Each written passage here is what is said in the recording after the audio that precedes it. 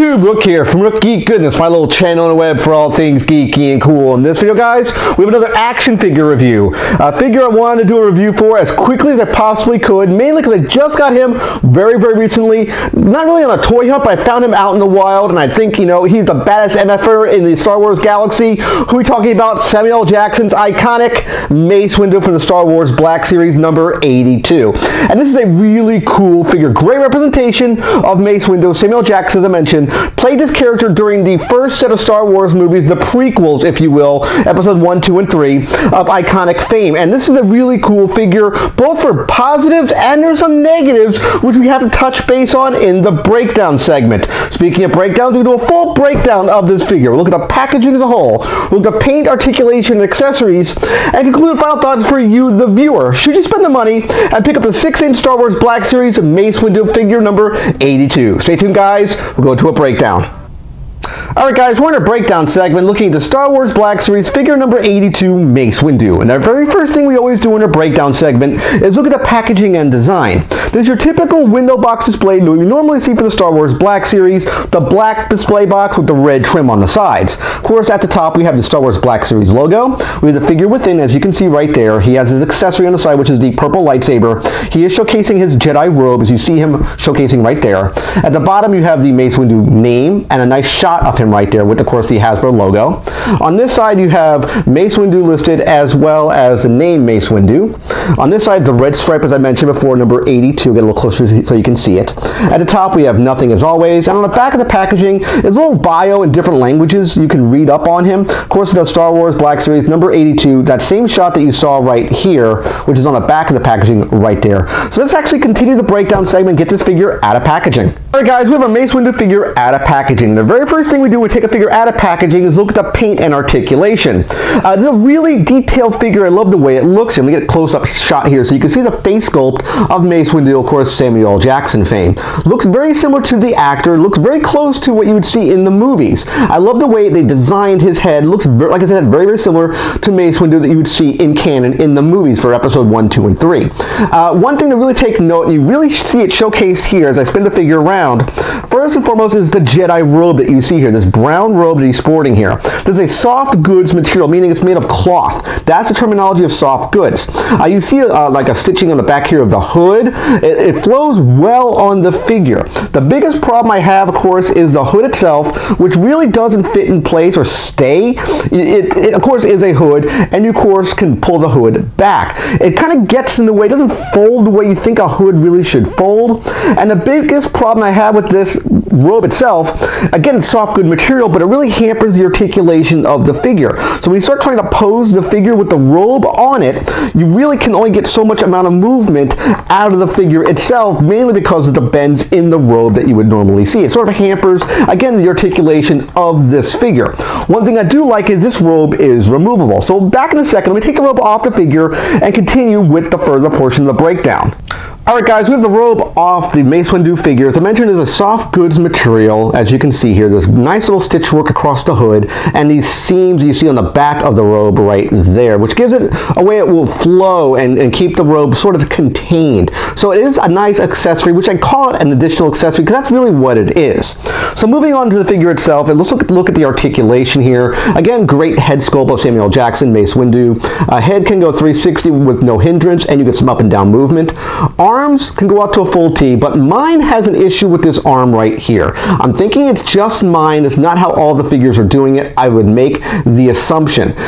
There's something with this joint that's kind of not, either it's clearing too far or I push the joint too hard and push it out of its socket, which I might have done accidentally, so I don't know. Arms will rotate 360 at the ball joint, as you can see there. We have full articulation range of motion right there as well, 360. We have a single jointed elbow right here on both arms, right here and right here. You'll see this weird sort of cuff. This is all sculpted material right here. This is sculpted plastic. Hands will spin 360, and there's some up and down movement for both the left hand and the right hand, but it's sort of covering up by this large cuff on the arm right here, as you can see. The waist is on a swivel, sort of a rolling joint, as you see me rocking the figure around with no issues. It will spin 360 with no hindrance as well. The belt is sculpted in place. You cannot move this or remove this. It's one solid piece. Now, if we move up the bottom here of the skirt, it is sort of cut. So you have a cut here, right through this portion here, a slit, and you have a slit across the side here. So it doesn't really hamper the articulation. You can, if you move the legs up, you can get a nice kick, as you see right here.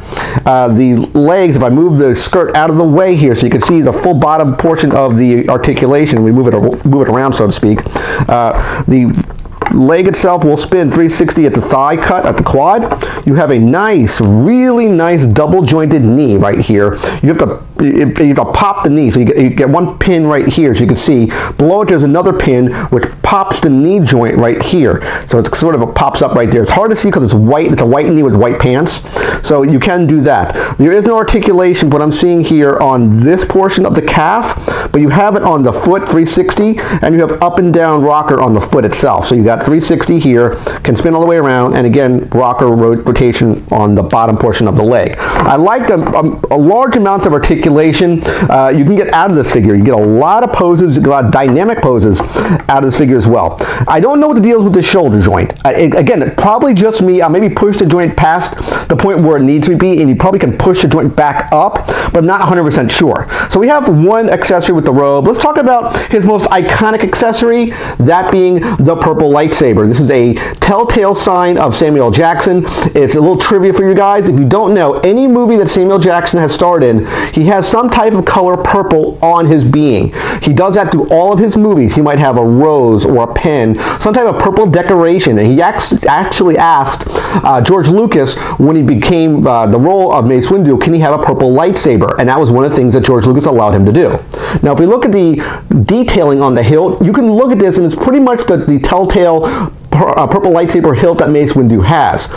It has a lot of detail on, a lot of wash, as you can see right here, hopefully showing up on camera. It does look really, really cool. Now, one thing you could do with the lightsaber is you can detach it from the hilt, and the blade can detach. So then you're left with just the hilt itself. And this, to me, is very, very cool, but it's a very shortcomings it's a bad misstep for Hasbro, because you cannot store the power down, just a hilt piece, on Mace Windu himself. He can't hold it anywhere on his belt. A lot of the figures you would see, like for example, let's say Ahsoka Tano, had little loops on her belt so you can hang the lightsaber from her belt. You can't do it with Mace Windu. Why? I'm not 100% sure.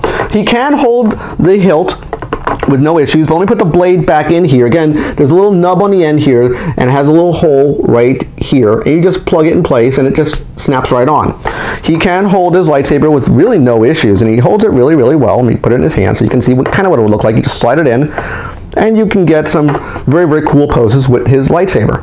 Again, purple blade, very, very iconic for Mace Windu. You can get some really neat poses out of him, but it looks very, very cool. I like Mace Windu as a character. I'm very happy to get him in the Black Series in the 6-inch scale. And with that being said, let's go to final thoughts and wrap up this figure.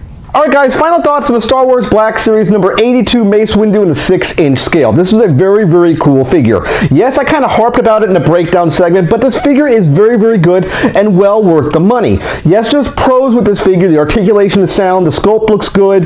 It just looks really, really cool on a shelf, out of packaging, as you see here. But the negatives sort of outweigh it in a sense, because this soft goods robe, which looks phenomenal, mind you, has the seams, has the work where it looks, again, soft goods material. It flows right, but it hinders a lot of the articulation if you leave the robe on the figure. Yes, you can remove it, as I mentioned in the breakdown, but we leave it on him, it really hampers the articulation. The hood just doesn't flow right for some weird reason. I'm not sure the reason why. Maybe it's my figure. Maybe I'm not flowing out the robe well enough, which is a possibility. But I don't know if I'm going to display him with the robe on or the robe off. I like that sort of interchangeability option where you can display it with it or without it. I like that. I think Hasbro did a bang-up job giving you this accessory, because it really is an accessory if you think about it, to display him with it or without this robe. So I like that level of interchangeability, that playability. I like that. The biggest other problem I see with this figure is the lightsaber. Not the way it looks, not the paint on the hilt, which looks extraordinary, but when you detach the hilt from the lightsaber, you can't store it on the figure. Most figures you see in the Star Wars Black Series will have either a divot on the lightsaber hilt or a hoop where you can put it on his belt if you wanted to, let's say, store the blade back in the box. I cannot find any way to attach the hilt to the actual figure itself, and to me, that's unexcusable. If you're letting you detach the blade from the hilt, there should be a way to store it on the person. I looked all around this figure. I can't find any way. There's no attachment point that I currently see on the figure that allows you to store the saber. I've looked all around it. As I mentioned in the breakdown segment again, I can't find a way to store the hilt on the person, on this case Mace Windu's figure. So I think you should have had the ability, the playability to display it that way. I don't know why Hasbro took it in that direction. I can't explain it. I wish there was a little spot or a holster or a clip, much like we've seen for Ahsoka Tano's Black Series figure. You could store the weaponry on the character. I really like that, the attention to detail. I really wish they would have done this with this Mace Windu figure, but all things considered, I absolutely think this is a buy, my honest opinion. Again, it's short packed with one per case. So I hope you like this video review of the Star Wars Black Series number 82 Mace Windu. Remember to click that like button, always click subscribe with a picture of my face. When you subscribe to the channel, click that bell icon to be notified of my latest videos. And of course, last but not least, you can click Windows over here to watch more of my content. Take care, guys. I'll see you next video, and bye-bye.